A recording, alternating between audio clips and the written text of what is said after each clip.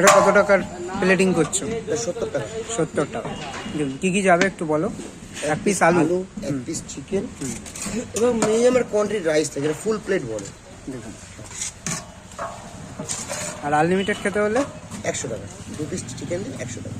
তখন আবার আরেক পিস চিকেন বেড়ে যাবে। হ্যাঁ। দেখুন।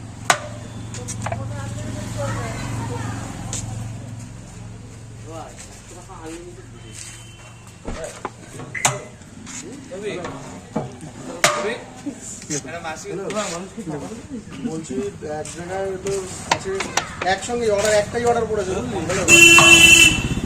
হ্যালো হ্যালো দুটো আছে স্পেশাল চিকেন বিরিয়ানি, দুটো স্পেশাল চিকেন বিরিয়ানি।